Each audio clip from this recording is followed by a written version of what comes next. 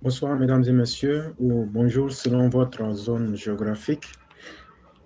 Chez nous, ici, il est pratiquement 23 heures, ce qui pourrait être déjà presque le matin ou à pleine nuit en Europe ou déjà en Côte d'Ivoire. Et donc, l'objectif de cette vidéo, ou bien de cette bande-annonce que vous allez entendre, c'est simplement pour crier mon ras-le-bol face à la corruption en Côte d'Ivoire. Et j'ai écrit un article qui est intitulé La corruption de la République. Et il faut dire que cet article-là, il est basé sur des faits réels. Il est basé sur un certain nombre d'enquêtes que j'ai pu effectuer entre le 5 mai 2021 et le 5 juin 2021 à Abidjan et pratiquement partout où j'ai pu visiter en Côte d'Ivoire. Et donc, dans l'article que je vais lire pour ceux qui n'aiment pas trop la lecture, et donc que vous pourrez écouter, les preuves explosives sur la corruption en Côte d'Ivoire en 2021. Et donc, je me ferai fort de lire l'article pour que vous puissiez quand même avoir votre propre idée là-dessus. Je suis éclaireur pro-vérité. J'apporte ma contribution en dénonçant dans cet article la corruption et ses mécanismes dans notre patrie en 2021. Ce travail est le résultat de plusieurs enquêtes de terrain entre le 5 mai 2021 et le 5 juin 2021, ainsi que des rapports obtenus à partir de certaines structures officielles présentes dans le pays et les témoignages de multiples victimes.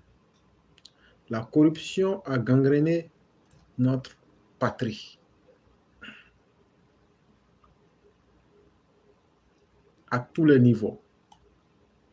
Il semble même que la lutte contre la corruption sera un combat perdu d'avance, tant nos administrations sont minées par ce fléau. Combien coûtent les concours en 2021 pour être déclarés admis? Rares sont ceux qui obtiennent leur concours sur la base du mérite véritable. Par contre, pour avoir un concours, même sans le niveau requis, il faut payer ou, entre guillemets, donner mangement. Voilà les prix ci-dessous à débourser afin d'espérer être déclaré admis à un quelconque concours d'État. Pour la gendarmerie, grade MDL, il faut payer 100 000 francs CFA. Pour la police, avec le grade sous-officier, il faut payer 1 500 000 francs CFA. Pour la police, avec le grade d'officier, il faut payer entre 3 millions et 3 500 000 francs, 3 500 000 francs CFA. Pour la police, avec le grade de commissaire, il faut payer 5 millions de francs CFA. En 2020, un nombre de 100 commissaires ont été retenus. Ils ont payé ou été sponsorisés par des pontes du régime actuel. En ce qui concerne la police maritime, il faut régulièrement payer 2 millions de francs CFA. Pour valider la visite médicale sur terrain, il est exigé de payer entre 30 000 francs CFA et 40 000 francs CFA. En ce qui concerne les affectations internes des agents des douanes, des agents de police et de la gendarmerie déjà en fonction, il faut décaisser entre 500 000 francs CFA et 600 000 francs CFA. Quant aux agents des eaux et forêts, ils payent régulièrement il faut payer 1 500 000 francs pour avoir accès à ce poste. Pour les officiers des douanes, avec concours en interne, il faut payer 5 millions de francs CFA. En 2021, le dit concours a été certes lancé, mais personne ne fut retenu car, dit-on, le nombre de personnes admises en 2020 était supérieur à la demande, donc il fallait placer les 10 aspirants, comme me l'a déclaré un agent des douanes en mi-juin 2021, qui est régulièrement en poste à Abidjan. Pour ceux qui aspirent à entrer dans la douane avec le niveau BEPC, il faut payer entre 2 millions et 2 500 000 CFA. Pour ceux qui désirent entrer toujours dans la douane avec le niveau BAC, il faut payer entre 3 500 000 et 5 millions de francs CFA. Pour entrer à l'ENPT, il faut débourser 1 500 000 francs CFA. Pour obtenir le concours ou un des concours à l'ENA, il faut payer entre 3 millions et 5 millions de francs CFA selon le cycle désiré. Pour le CAFOP, l'ENS, l'INFAS, l'INFES, les prix sont fixés à 1 500 000 par candidat. Combien faut-il payer pour les diplômes du BEPC, du BAC et du BTS en 2021? Pour avoir le diplôme du BEPC, du BAC ou du BTS, il y a 2 méthodes. La première méthode concerne le BEPC. Il faut payer 150 000 francs CFA, mais vous venez composer. La deuxième méthode, toujours concernant le BEPC, ici, vous payez la somme de 200 000 francs et quelqu'un que l'on nomme mercenaire, entre guillemets, se charge de composer à votre place. Quant au diplôme du BAC et du BTS, il faut décaisser 200 000 francs CFA pour composer soi-même, ou si c'est un mercenaire qui intervient à votre place, il faut alors miser le montant de 300 000 francs CFA. Pour les autres diplômes du supérieur, comme la licence ou une maîtrise, selon les filières, vous décaisserez entre 1 500 000 francs CFA et 2 millions de francs CFA.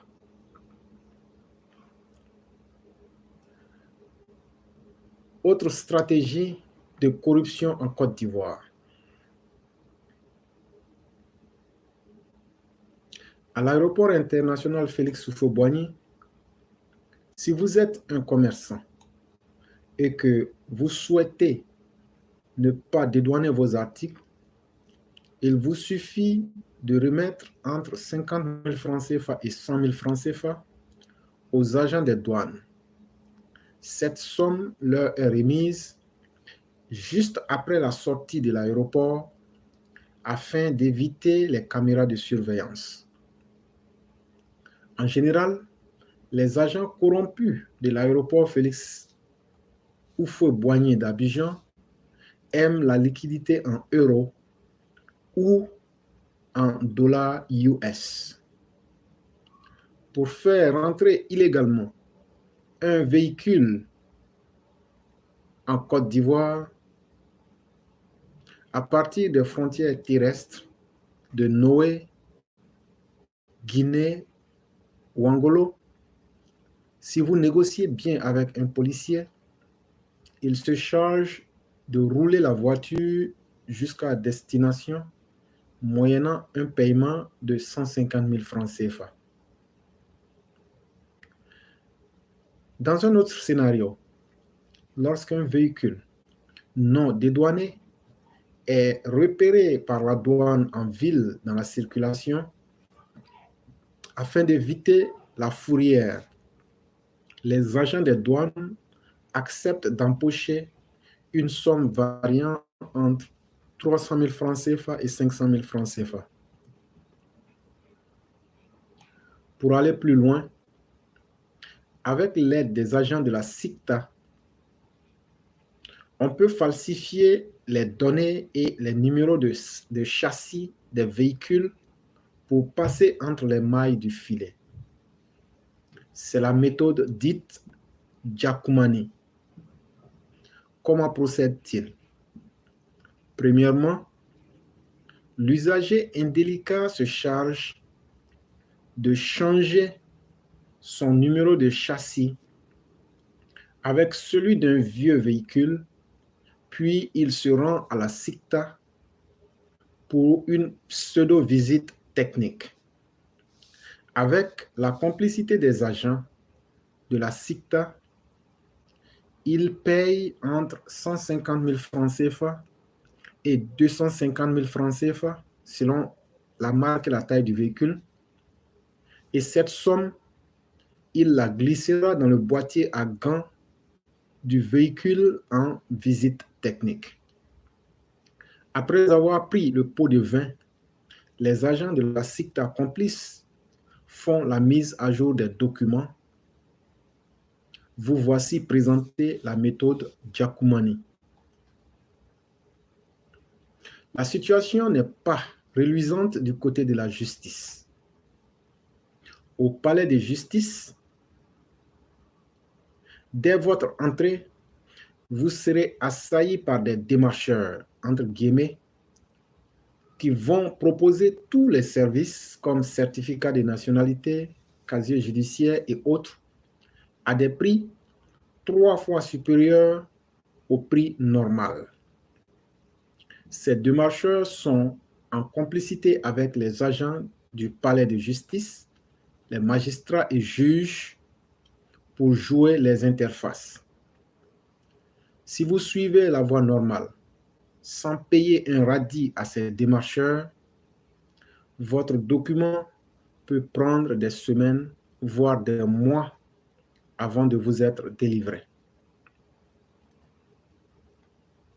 Encore au palais de justice, les juges et les procureurs vont même jusqu'à libérer des grands criminels avant la prononciation des sentences. Comment cela se déroule? Quelle que soit la nature ou la gravité du crime, si les criminels procèdent à ce qui est nommé gérer dossier entre griffes, c'est-à-dire payer une somme conséquente fixée par les juges ou magistrats avant la fin du procès ou avant le verdict final, les charges seront bâclées et le criminel ou les criminels peuvent rentrer chez eux pour manque de preuves ou par un enchaînement des termes juridiques, les victimes seront confondues et renvoyées à la maison, souvent avec des menaces de la part même des magistrats. Enfin, terminons avec nos mairies, où pour obtenir un extrait de naissance, au-delà du 500 francs CFA officiel pour le timbre, vous aurez à payer un montant supplémentaire variant entre 1 000 francs CFA et 2 000 francs CFA pour avoir en 30 minutes votre certificat d'extrait de naissance. Si vous refusez de payer les 1 000 francs ou les 2 000 francs CFA, on vous les fera payer en transport avec des rendez-vous interminables. En conclusion, chers dirigeants de la Côte d'Ivoire en 2021, je suis bel et bien éclaireur pro-vérité. Je suis un fervent alassανiste. Mais ce qui se passe dans le pays avec la corruption est totalement inacceptable. Les plus pauvres parmi nous et ceux qui ne connaissent personne de puissant dans la République souffrent atrocement dans leur désarroi. Aujourd'hui, en Côte d'Ivoire, il est même admis que relation est mieux que diplôme. Il a aussi clamé que c'est Gaou qui vit à l'aise, comme pour dire que si vous faites preuve d'intelligence face à la corruption, votre vie sera un enfer. Donc, mieux vaut jouer les idiots pour s'en sortir. Chers dirigeants, mettons fin à la corruption et cela débutera d'abord par les seigneurs de la République, comme les DG et les caciques qui ont été inculpés dans les derniers jours du mois de juin 2021. Il s'agit de Yapi Ange Désiré, Cissé Idrissa, Koulibaly, Teilivike Bon, Ouattara Youssouf, Bile Diemeleou, Koulibaly Lamine et des centaines d'autres tapis dans l'ombre. Il faudra une rigueur implacable de la part de l'État envers les plus grands comme les plus petits criminels de la République. Sinon, notre société va à la dérive totale. Nota bene, en critique à cet article, je souhaite que les contradictions soient apportées à la face du monde afin que nous convoquions nos preuves en documents écrits, audio, vidéo et même les témoins véritables qui existent bel et bien. Source éclaireur pro vérité. Chers auditeurs, j'en ai fini et il faut dire que sincèrement, c'est avec beaucoup de peine au cœur que nous voyons cette corruption gangréner le pays et ça nous amène à penser à des lendemains vraiment assez effroyables pour le pays. Et si les dirigeants ne prennent pas la pleine mesure de ce qui est en train d'être créé, les choses iront très sincèrement mal. Et aujourd'hui, vous voyez que depuis l'entame de l'émission, même dans le ton de ma voix, je ne suis pas du tout content.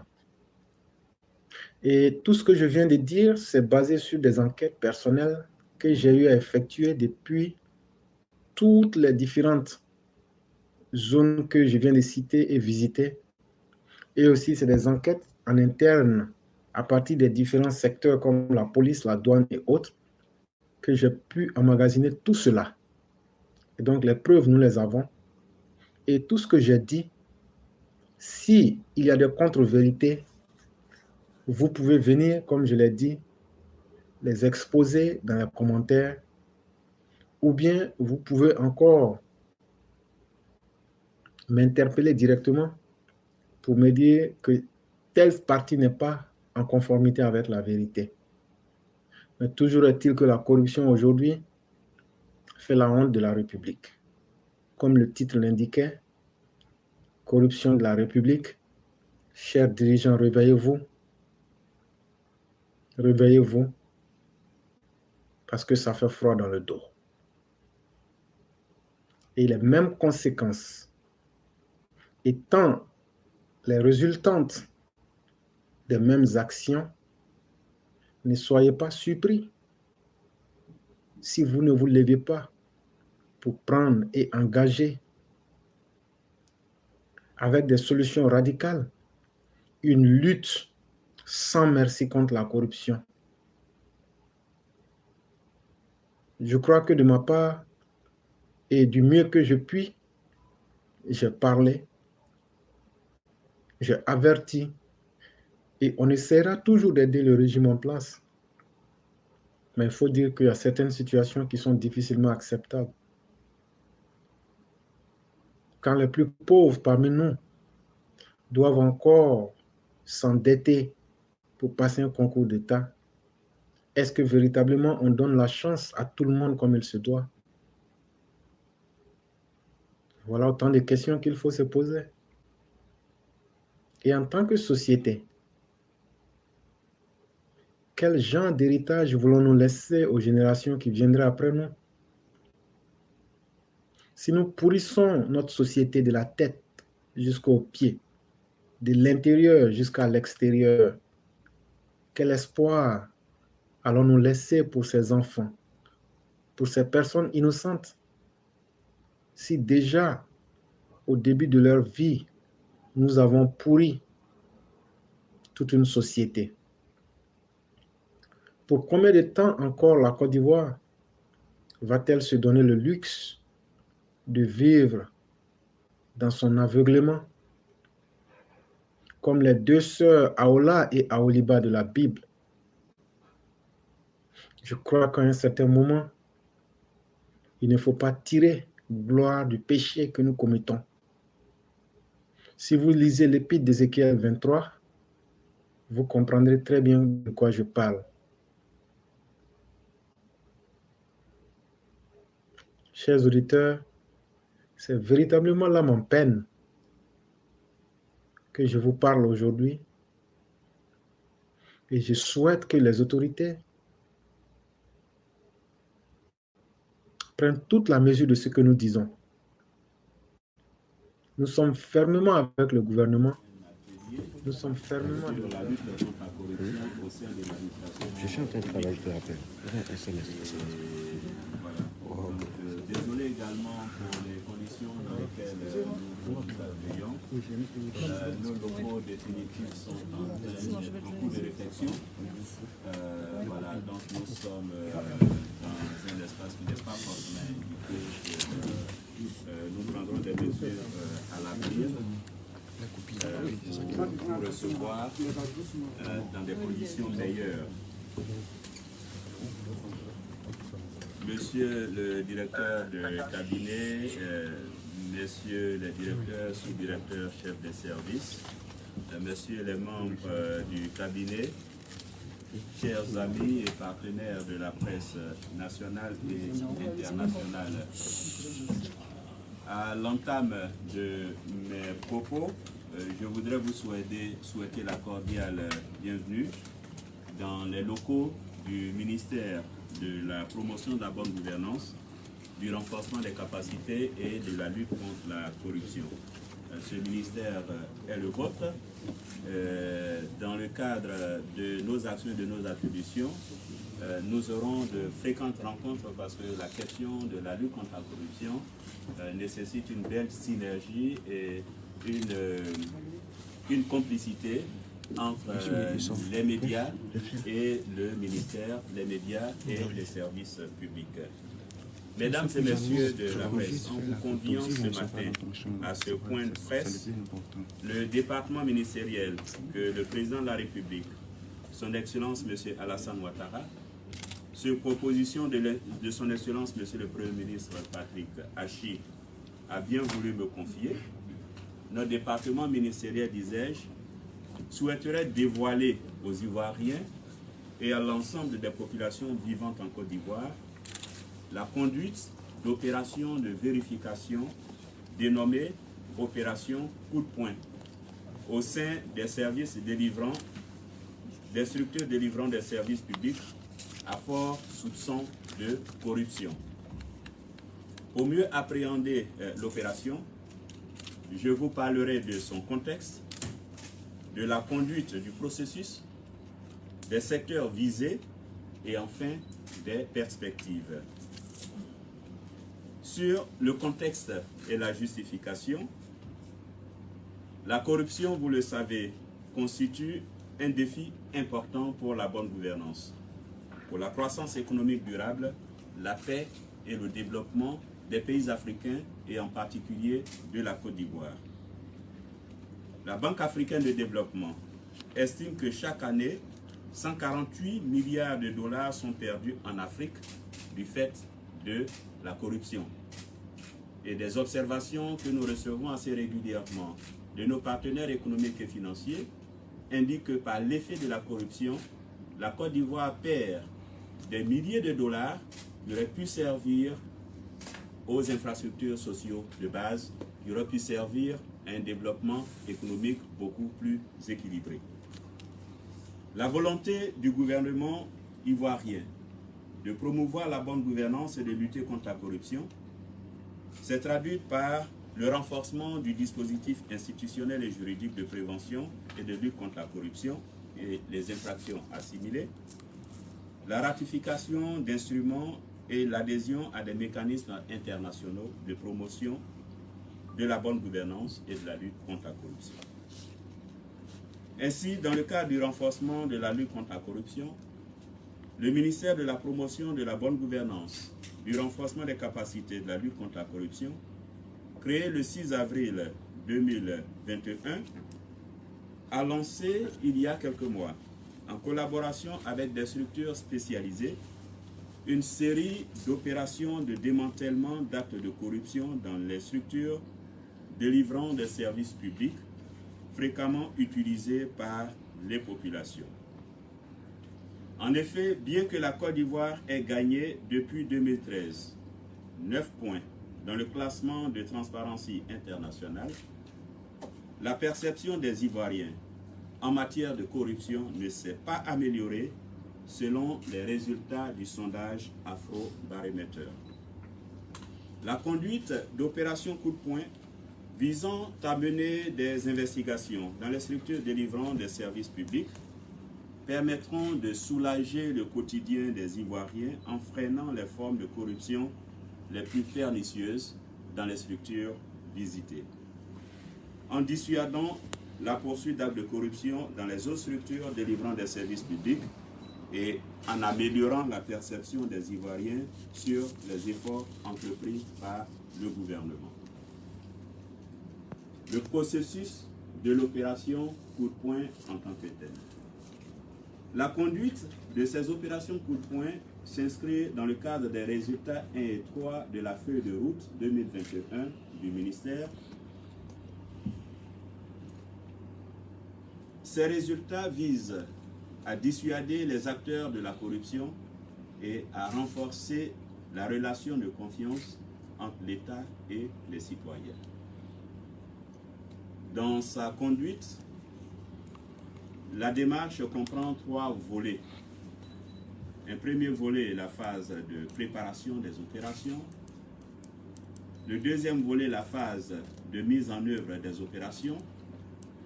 Et le troisième volet qui consistera à la phase de mise en place de dispositifs anticorruption dans les structures concernées. Il reste évident que les phases de préparation et les phases de conduite et des opérations sont des phases extrêmement confidentielles compte tenu de la nature des opérations. Et nous avons été alertés ce week-end par une note de la haute hiérarchie de la gendarmerie qui demandait à chaque élément, chaque gendarme d'être sur ses gardes parce que certainement la haute hiérarchie a eu vent donc, de l'intensification de cette phase de préparation et de la conduite des opérations. Et donc ces phases-là sont des phases extrêmement délicates, extrêmement confidentielles. La phase de préparation a consisté à identifier une liste de structures à fort soupçon de corruption, d'identifier les formes de corruption à fort impact sur les populations et de mettre en place des équipes d'investigation qui sont quelquefois des équipes mixtes, civiles, gendarmes, policiers et même des organisations de la société civile. Ce sont des équipes de vérification administrative. Il ne s'agit pas ici à ce stade d'investigation de nature judiciaire. La phase de mise en œuvre nous a permis de conduire les opérations, de recueillir les preuves sur les actes de corruption ciblés et de détecter des actes flagrants de corruption. Enfin, la phase de mise en place de dispositifs de prévention consistera à mettre en place des outils de mise en conformité afin de réduire le risque de survenance d'actes de corruption et de mettre en place un dispositif d'alerte pour les usagers et le personnel interne à la structure. Et cette structure, nous allons revenir là-dessus à l'occasion d'un autre point de presse avec vous. Cette phase a démarré avec certaines sociétés d'État où après les audits de gestion comptable, après les audits de conformité, nous sommes en train de mettre en place des outils anticorruption pour prévenir d'autres risques de corruption et de malversation économique et financière. Nous sommes à la tâche. En une autre occasion, certainement au mois d'octobre, nous reviendrons là-dessus avec vous pour vous informer du détail de la conduite des audits et du détail de la suite de ces audits-là qui consiste à la mise en place d'outils anticorruption. Revenons donc à la question de l'opération coup de poing et donc au troisième volet de notre intervention. Quels sont les secteurs concernés par les opérations coup de poing? Les premières collectes d'informations du ministère ainsi que d'autres sources d'informations que le ministère a exploitées, ces sources émanent d'organisations diverses, notamment l'ONG Transparency, les données de l'Institut national des statistiques et Afrobarometer. Ces différentes sources ont permis d'identifier les secteurs prioritaires, les secteurs dans lesquels nous devons prioritairement agir, et les formes de corruption les plus pernicieuses pour les populations. Les services publics concernés sont les suivants. Le service des transports. Avec l'opération de vérification des faits de corruption signalés au niveau de la Société ivoirienne de contrôle technique automobile et industriel, SICTA, il a été recueilli des preuves montrant des individus non agents de la SICTA, qui sont des facilitateurs, recevant des pots de vin des mains d'usagers afin d'éviter des files d'attente à ceux-ci.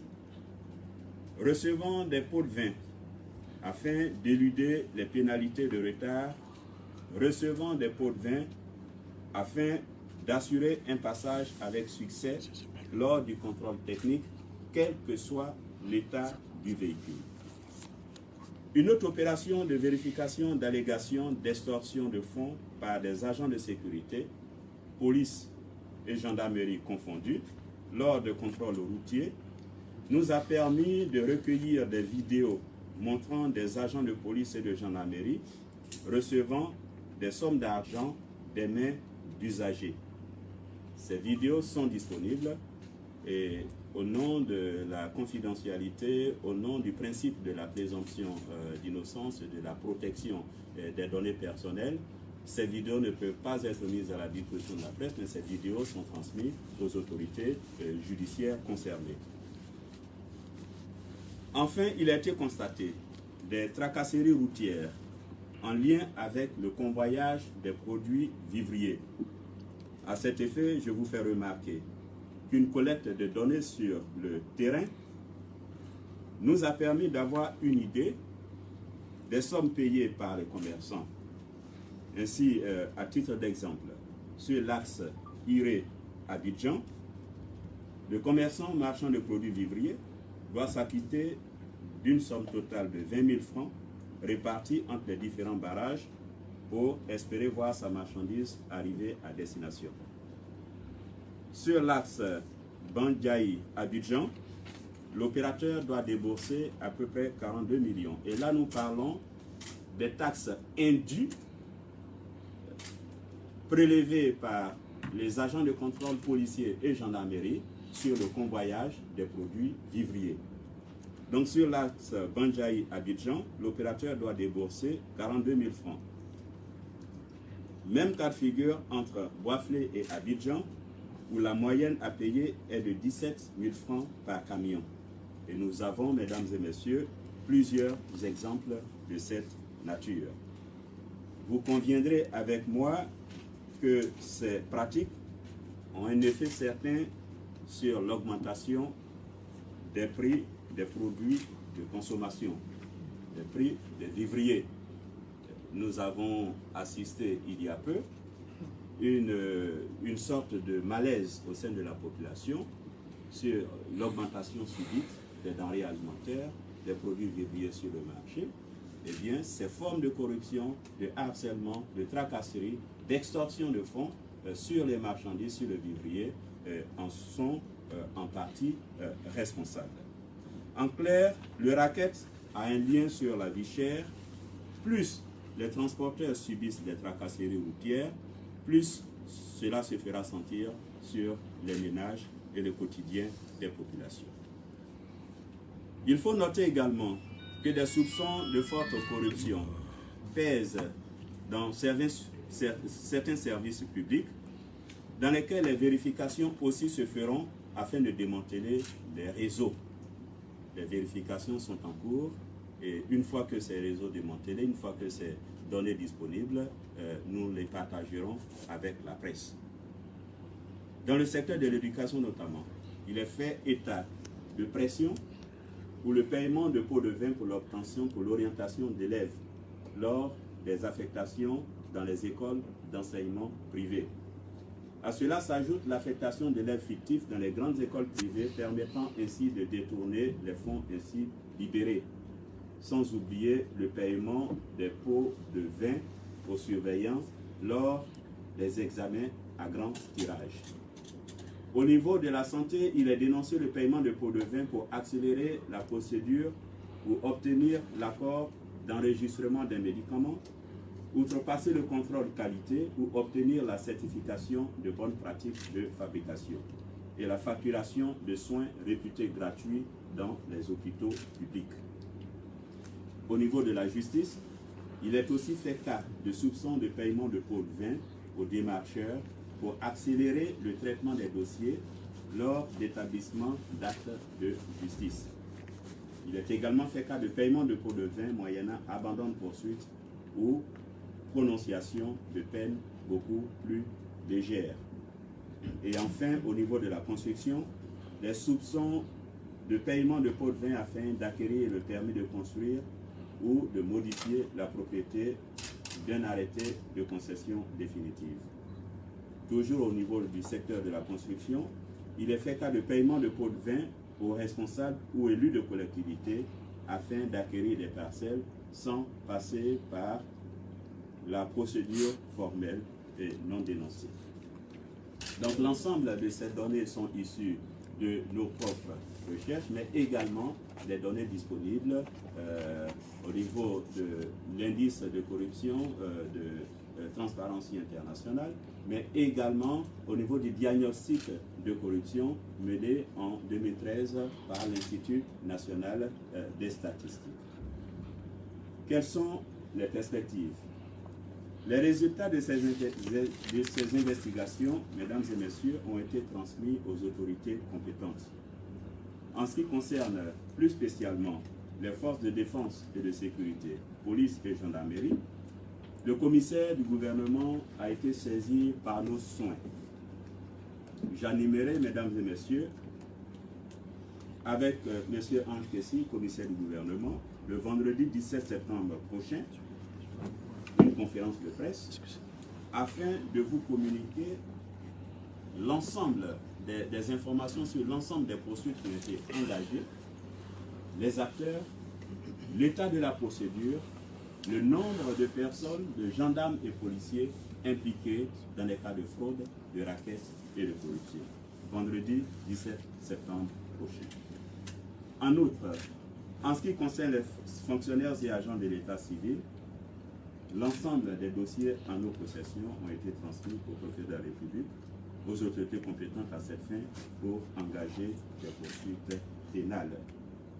Le message que nous voulons faire passer à nos concitoyens, c'est de dire attention à la fraude, attention aux rackets, parce que l'État vous voit.